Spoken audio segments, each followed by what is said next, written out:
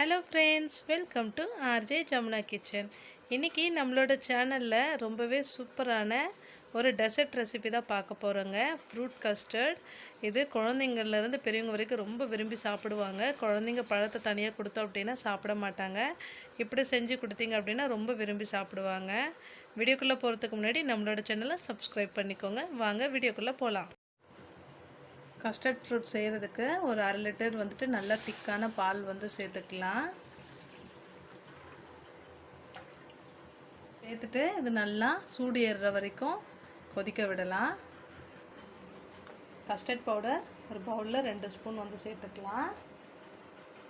ஒரு 2 table spoon பால் சேர்த்துக்கலாம். நல்லா அதை மிக்ஸ் பண்ணி விட்டுக்கலாம் கட்டி இல்லாமல்.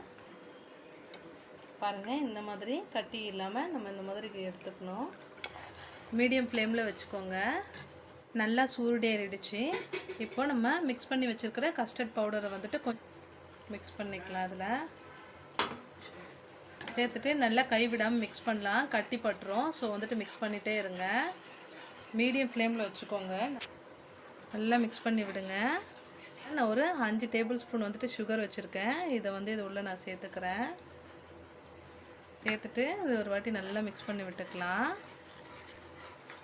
சுகர் நம்மளோட விருப்பம்தாங்க. நமக்கு எவ்வளோ சுகர் வேணுமோ அந்த அளவுக்கு நம்ம சுகர் நம்ம சேர்த்துக்கலாம்.